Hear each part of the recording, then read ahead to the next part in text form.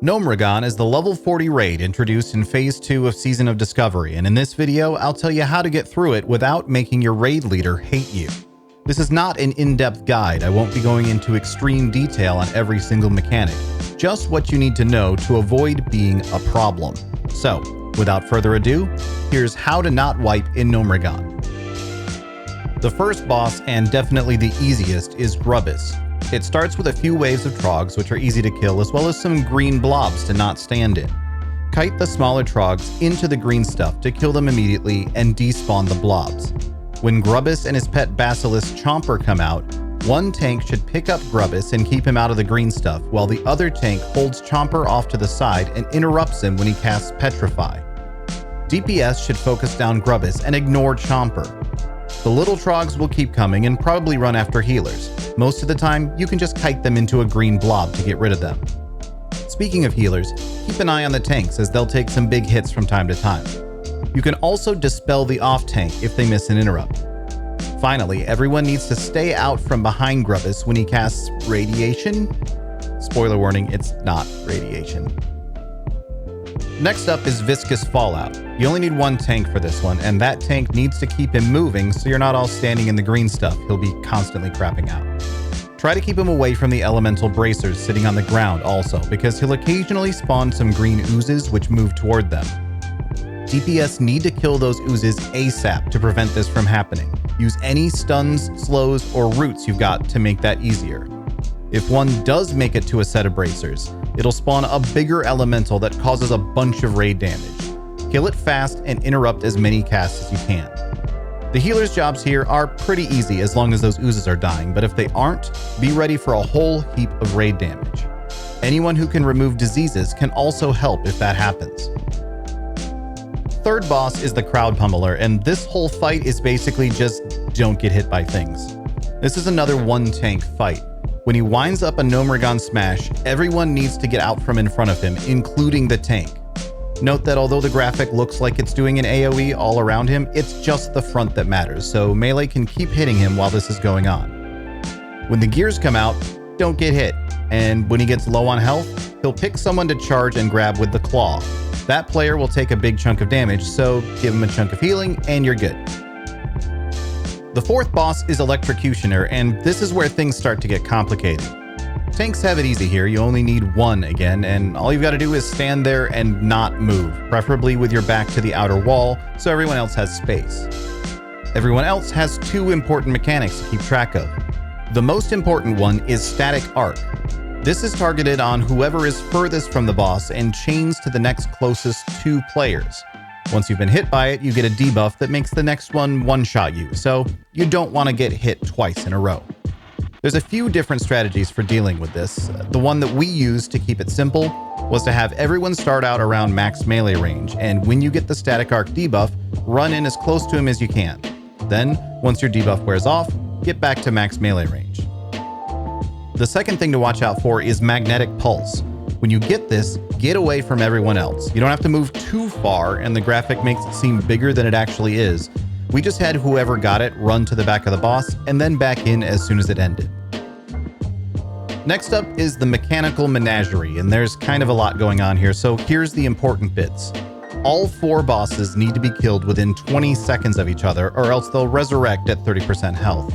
The sheep ignores aggro and just wanders slowly toward a random player. If it gets close, it'll silence you, and it stuns melee attackers, so just stay away from it.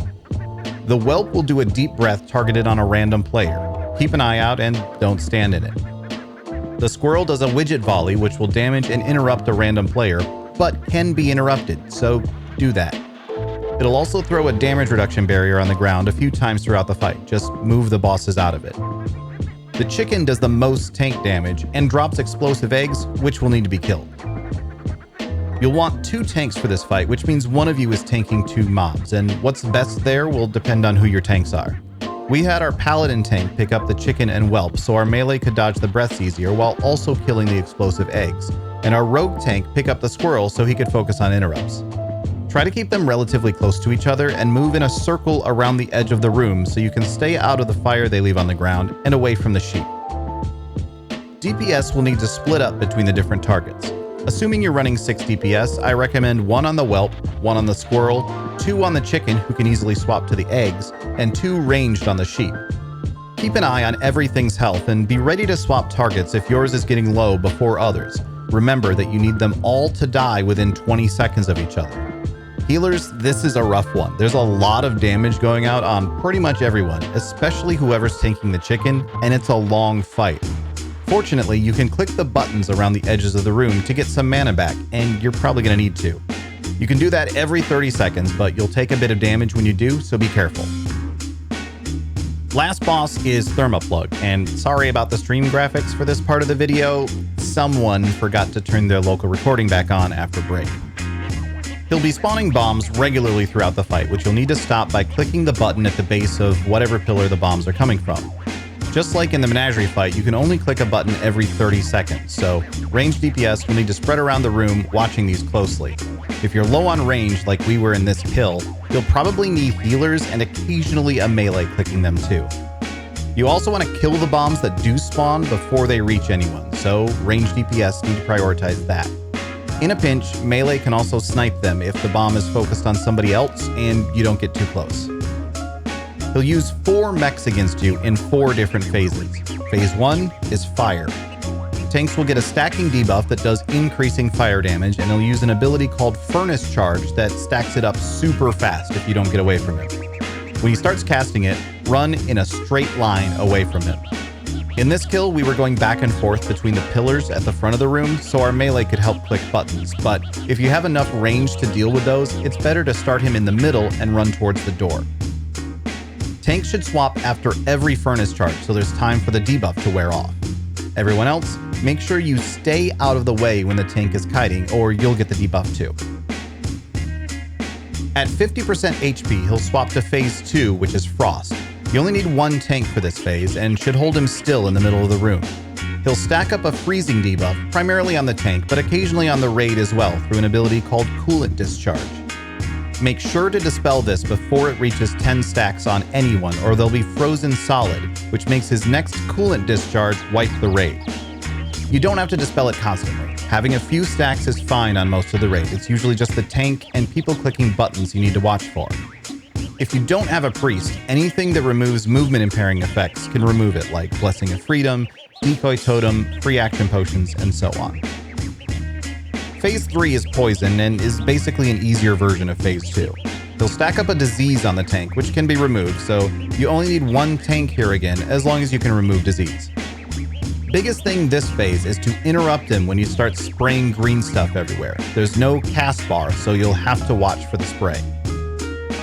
Phase 4 is all 3 of the previous phases at once, which sounds like a nightmare, but actually is probably the easiest part of the fight. Since he's rotating through all of his abilities, he doesn't do any of them regularly enough to be a problem, so just keep up with the bombs, kite the furnace charge, interrupt the spray, and burn him down.